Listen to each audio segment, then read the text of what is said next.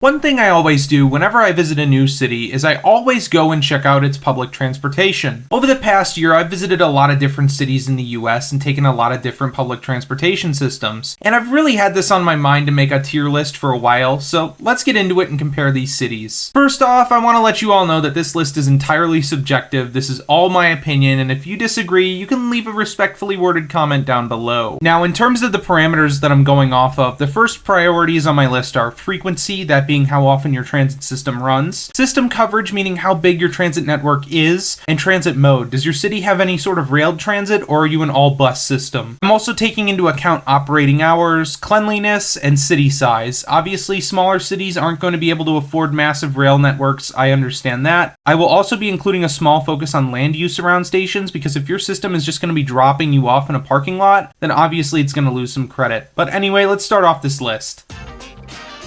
So transit in San Diego is mostly served by two agencies, MTS, which runs the light rail system and a majority of the buses, and NCTD, who operates the coaster service, the sprinter service, and other bus services in the area. Transit frequency in the region is okay. There's definitely a need for better frequency on some of the trolleys. The bus lines work pretty well, but they need better priority and more bus lanes, especially dealing with that Southern California traffic. The trains are pretty well kept and service times generally stayed around the standard for North American transit. Land use by stations is generally pretty mixed. Some stations have some amazing land use around them, but don't be mistaken, there are a lot of park and rides within the system as well. San Diego for me feels very middle of the pack in terms of transit in the US, and I'm going to put them in the C tier. Quite literally the founding city of the freeway, Los Angeles has done quite a bit of transit building to distance itself a little bit from the age of the highway. 2 subway lines, 3 LRT lines, and 2 BRT lines, as well as an extensive bike share network. LA Metro has done some decent work to make transit better in LA. Bus service is also pretty reliable in LA, but one of the biggest benefits of this system is how cheap it is to ride, with some of the lowest fares out of any major US city for transit. However, LA Metro's biggest weaknesses happen to be with zoning around stations, the hours of operation being pretty bad, and also station cleanliness and train cleanliness. LA is also served by Metrolink. It's a pretty standard regional rail system for the area. However, it does have pretty great reach, but the frequency of the system just isn't that great. LA has been doing a lot to improve its transit network. However, in the current state that it is, it really can only be put in the high C tier. I'd love to give it a higher ranking in the future, but at the moment, C tier is where it goes.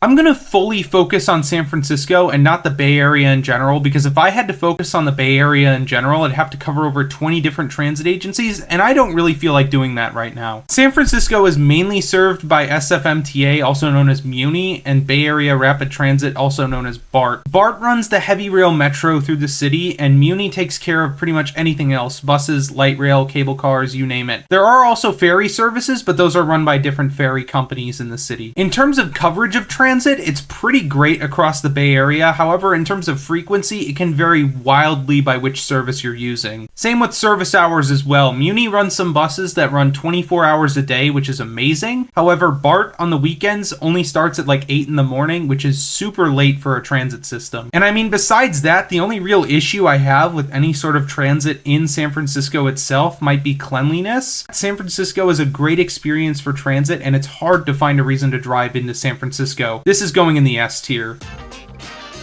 I honestly didn't take a whole lot of transit while I was in Portland. The main way I got around was by cycling. However, TriMet, the transit agency in Portland, has done a pretty good job on expanding transit coverage around the city. I'd say there are really two big problems with TriMet. The first one being is that there's not really a whole lot of good night service, and there isn't even any 24-hour bus lines or anything like that. So if you're trying to take TriMet at like 4 in the morning, good luck. I'd say its second biggest problem has to be homeless encampments literally taking over entire stations. I know that this isn't a TriMet problem in itself, but this can scare away riders from actually using transit in the city. Overall though, due to good transit coverage and frequency of the system, Portland is going to get put in the B tier. Seattle has to have the most diverse set of transit modes in the US. You have light rail, buses, trolley buses, streetcars, commuter rail, the ferries, and even a monorail. The transit in Seattle is mostly run by both Sound Transit and King County Metro, and while transit in downtown and the immediate surrounding neighborhoods is some of the best you'll see in the country, the reach of the system definitely needs to be extended to other neighborhoods. Frequency is solid though. I would say the biggest problem the system has right now would be the sounder. It's Seattle's commuter rail, and really it only offers service during peak times on weekdays, and really this needs to be improved to have more off-peak services. However, transit in the Seattle area is really great. It's not perfect, but it's getting there. Solid A tier.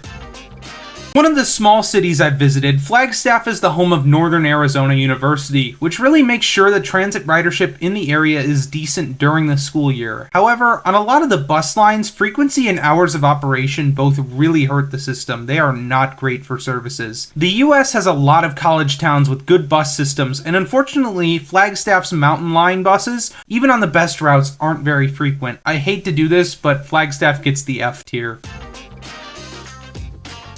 While Vegas does have a monorail, it's pretty inconvenient and expensive to even take, so we'll focus primarily on Vegas's main transit provider, RTC. They run quite a few very frequent bus routes and even have decent 24-hour service across the valley. Unfortunately, the system suffers from a lack of dedicated right-of-way. RTC is working on this with some bus lane projects, but transit in Vegas really struggles due to the land use around stations. However, service is okay on a lot of the lines, which is why I'm putting Vegas into the D tier.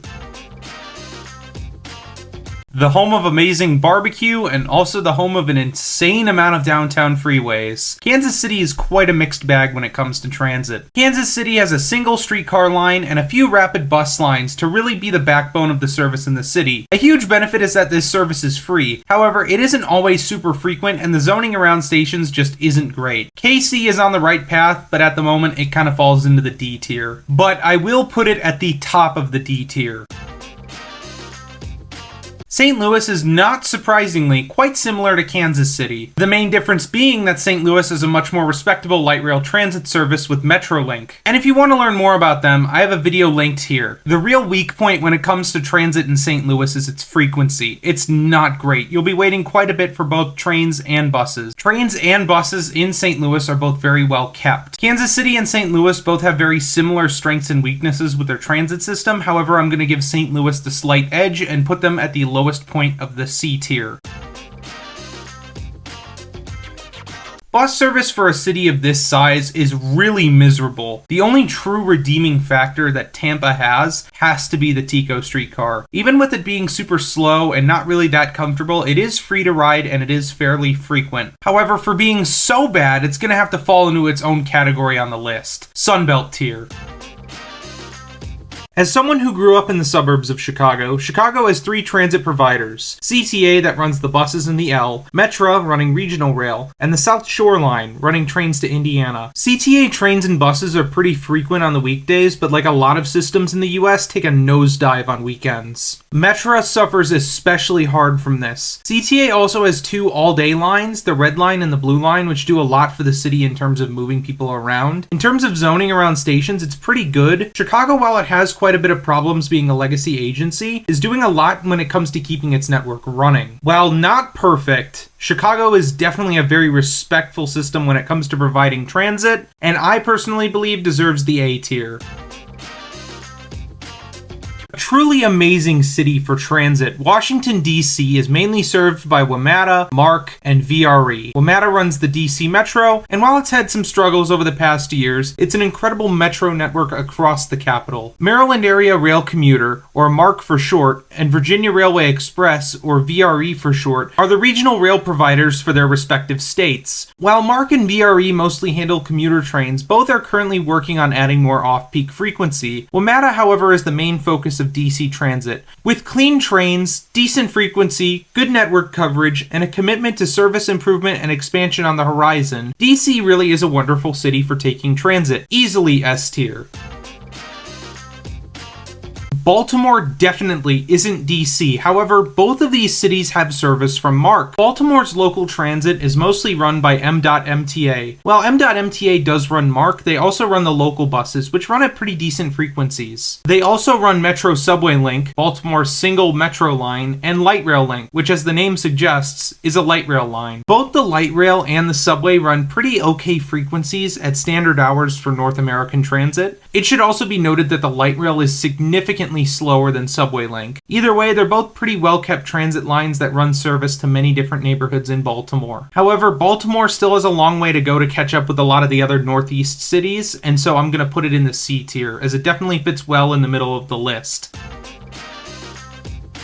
The home of cheesesteaks, insane sports fans, and the fastest trolley drivers on Earth, Philly is served mostly by SEPTA with its regional rail network, its 2 subway lines, buses, and its trolley network. Philly also gets service from New Jersey Transit on the Atlantic City line and buses to South Jersey, as well as PATCO, which provides metro service into New Jersey. While Philly has an extensive transit network, there are definitely some problems in the system. In terms of rolling stock, the Market-Frankford Line's trains are definitely showing their age, and the trolleys definitely need an overhaul and a full-on replacement. As well, for the metro lines, the operating hours definitely do need to be extended to run later in the evening. The only other major problem that Philly is really having right now is that it really needs to start improving cleanliness on trains and stations. Other than that, Philly has a great transit network that definitely deserves the ranking of being in the A tier.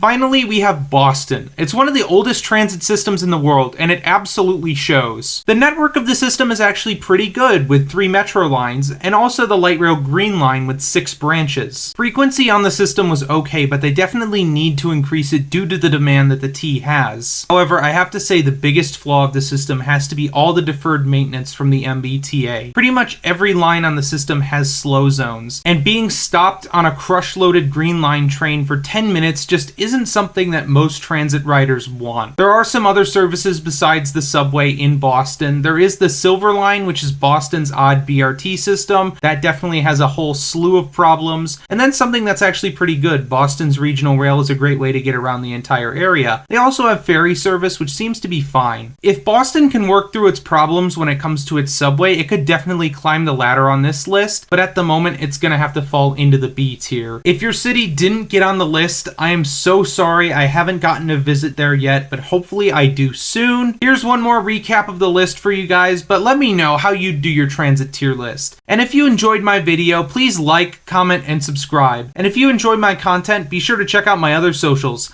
linked below. Thank you to all the awesome people who helped me out with this video, and also a special thank you to all of my patrons. Want your name in the credits? Be sure to sub to me on TikTok, Instagram, or Patreon. Links to those down below. Thank you all for watching, and I'll see you on the next one.